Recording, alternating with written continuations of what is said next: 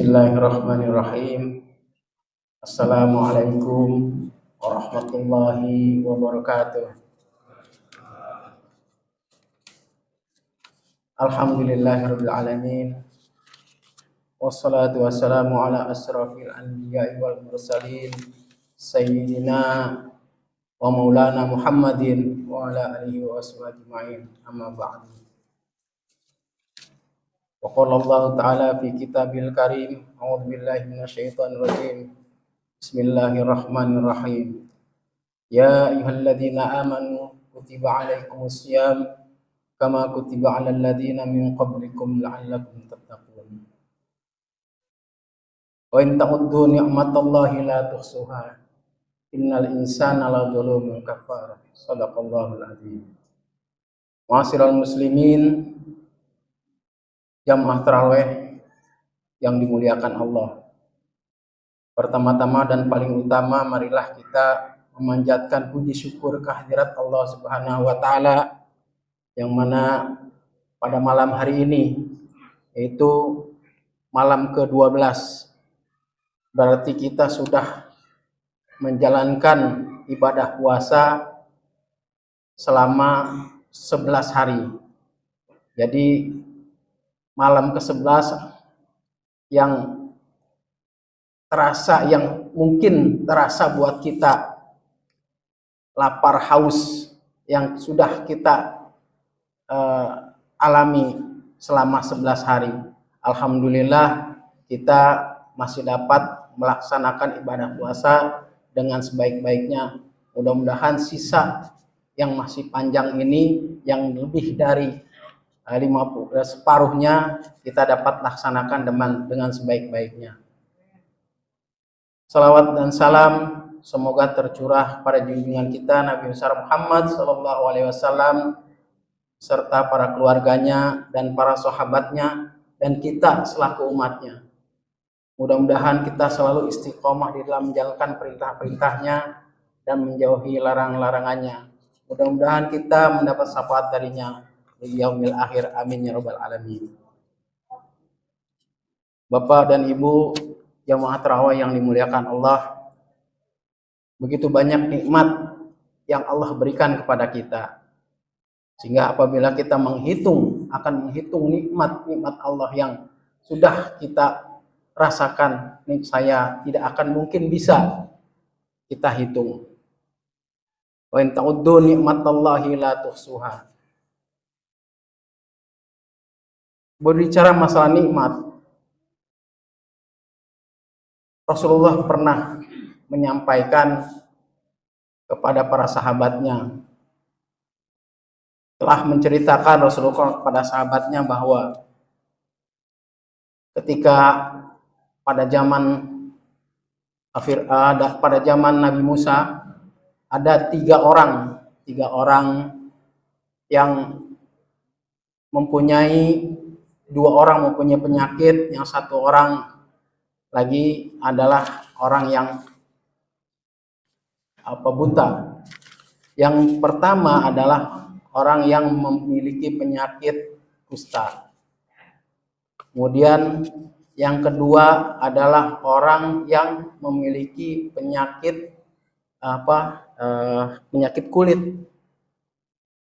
Yang ketiga adalah orang buta.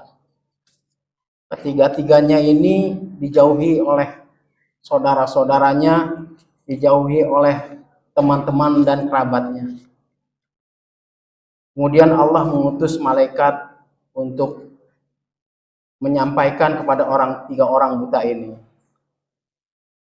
Malaikat ini menjelma menjadi manusia, kemudian datang kepada orang yang pertama, yaitu orang yang penyakit lepra. Malaikat itu menyampaikan bahwa, wahai saudaraku, aku ini musafir. Aku kehabisan ongkos di jalan, sehingga kendaraanku, ontaku, aku sembelih untuk aku makan. dan sekarang aku tidak memiliki apapun. Kemudian yang orang buta itu, orang lepra itu, jangan kata saya ini bisa membantu Anda. Saya sendiri orang yang dijauhi oleh saudara-saudara saya dan kerabat-kerabat saya. Oleh sebab itu, bagaimana saya harus memberikan kamu makan? Kemudian, kalau begitu, bagaimana akan aku sembuhkan kau penyakitnya? Kalau bisa, silahkan sembuhkan. Nah, oleh sebab itu, malaikat itu memegang tangan si orang lepra itu seketika sembuh. Kemudian oleh malaikat itu yang menjelma menjadi manusia menyampaikan, kalau sudah sembuh, apa yang engkau inginkan? Aku ingin memiliki onta. Oleh sebab itu, agar supaya aku bisa bekerja kembali. Dia sembuh, diberikan satu onta, kemudian malaikat itu pergi. Onta itu kemudian menjadi banyak, sehingga memenuhi lembah. Dia menjadi orang kaya raya, disegani dan dihormati. Kemudian malaikat yang kemudian datang ke orang yang kedua, yang kena penyakit kulit. Wahai saudaraku, kenapa gedangan kau? Aku penyakit kulit, aku tidak didekati atau aku dijauhi oleh kerabatku dan saudara-saudaraku. Inginkah aku sembuhkan? Baik, kalau kamu bisa menyembuhkan, disembuhkanlah orang buta, sakit kulit itu, kemudian sembuh. Nah, setelah sembuh, kau ingin apa? Aku ingin kambing. Aku ingin sapi, katanya. Tadi onta, sekarang sapi. Diberikanlah satu sapi, kemudian dikembangbiakan sehingga menjadi orang yang kaya raya. Dan malaikat datang kepada orang yang ketiga, orang buta. Orang buta ini tanya, bagaimanakah kamu apabila aku sembuhkan? Kamu ingin apa? Aku ingin kambing. Diberikanlah. Seketika itu sembuh. Matanya menjadi seperti sedia kala. Sembuh, diberikan kambing, kemudian sampai kambing itu beranak pinak dan banyak, sehingga orang buta itu kaya raya. Kemudian setelah lama Allah mengutus malaikat lagi untuk menguji sampai sejauh mana dia mensyukuri nikmat yang sudah diberikan oleh Allah Subhanahu wa taala. Pertama, dia datang kepada orang yang pernah penyakit lepra. Wahai tuanku, aku ini musafir. Tolong aku minta onta satu. Karena aku lapar. Nggak bisa. Ini adalah onta warisan dari keluargaku. Dari dulu kakekku, nenekku, kakek buyutku ini sudah kaya raya. Jadi tidak boleh, ya udah. Kalau tidak boleh, kamu sudah diberikan nikmat oleh Allah. Kenapa kamu enggak bersyukur? Kalau kamu tidak bersyukur, maka aku akan kembalikan engkau seperti semula. Maka orang itu kembali seperti semula. Semuanya hartanya habis, untanya habis, dan dia kembali menjadi orang yang sakit lepra. Kemudian datang lagi pada orang yang penyakit kulit. Datang kemudian ditanyakan, minta aku seekor kambing. Sama yang sakit kulit itu tidak diberikan. Ini kambing orang saya dulu dari warisan kakek nenek saya. Ini usaha saya sendiri. Tidak ada bantuan dari orang lain. Oh, kalau begitu engkau telah mengkufuri nikmat Allah yang Allah berikan kepadamu. Maka kalau begitu kamu akan kembali seperti semula. Maka habislah semua hartanya, kembali seperti semula. Yang ketiga adalah orang yang buta. Datanglah malaikat itu pada orang yang buta.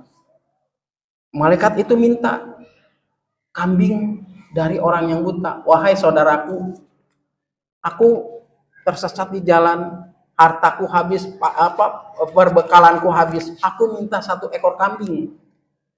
Jangankan 1 ekor kambing, 10 ekor kambing aku berikan, kata orang buta itu.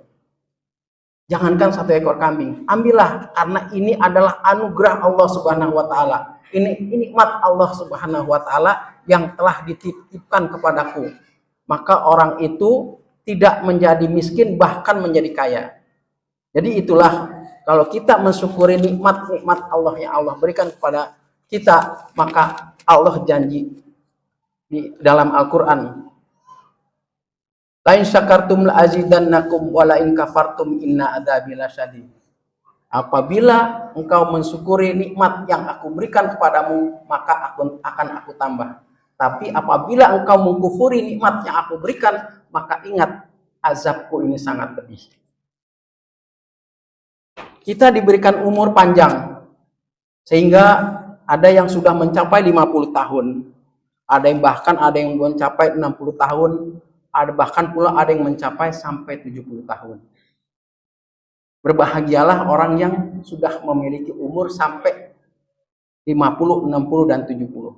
Tapi ingat bahwa umur ini adalah pemberian Allah untuk kita, agar supaya kita lebih menguatkan ibadah kita kepada Allah Subhanahu wa taala.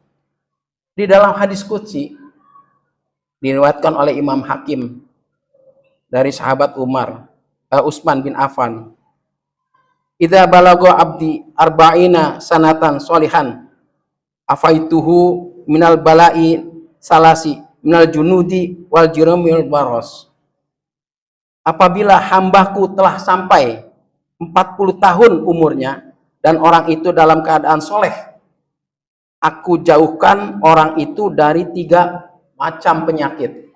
Yang pertama adalah penyakit jiwa atau gila. Yang kedua adalah penyakit lepra atau kusta. Kemudian yang ketiga adalah penyakit cacar. Ini bagi kita yang sudah memiliki atau mencapai umur 50 tahun. Ini janji Allah di dalam hadis qudsi. Kemudian bagaimana orang yang sudah mencapai umur 50 tahun, tadi 40 tahun. Ini sekarang 50 tahun. Jadi yang 50 tahun itu Allah menyampaikan, idza balagha abdi khamsina sanatan sholihan hasabtuhu hisaban yasira. Apabila hambaku telah sampai umur 50 tahun dan dalam keadaan soleh, aku hisab hamba itu dalam hisaban yang gampang. Jadi kalau Allah menghisab nanti itu alangkah susahnya, alangkah sulitnya. Tapi ketika orang itu dalam keadaan soleh sampai umur 50 tahun, Allah akan meringankan hisabnya. Kemudian bagi orang yang sudah mencapai 60 tahun, Allah menyampaikan, idza balagha abdi sittina sanatan sholihah hasabtul inabah.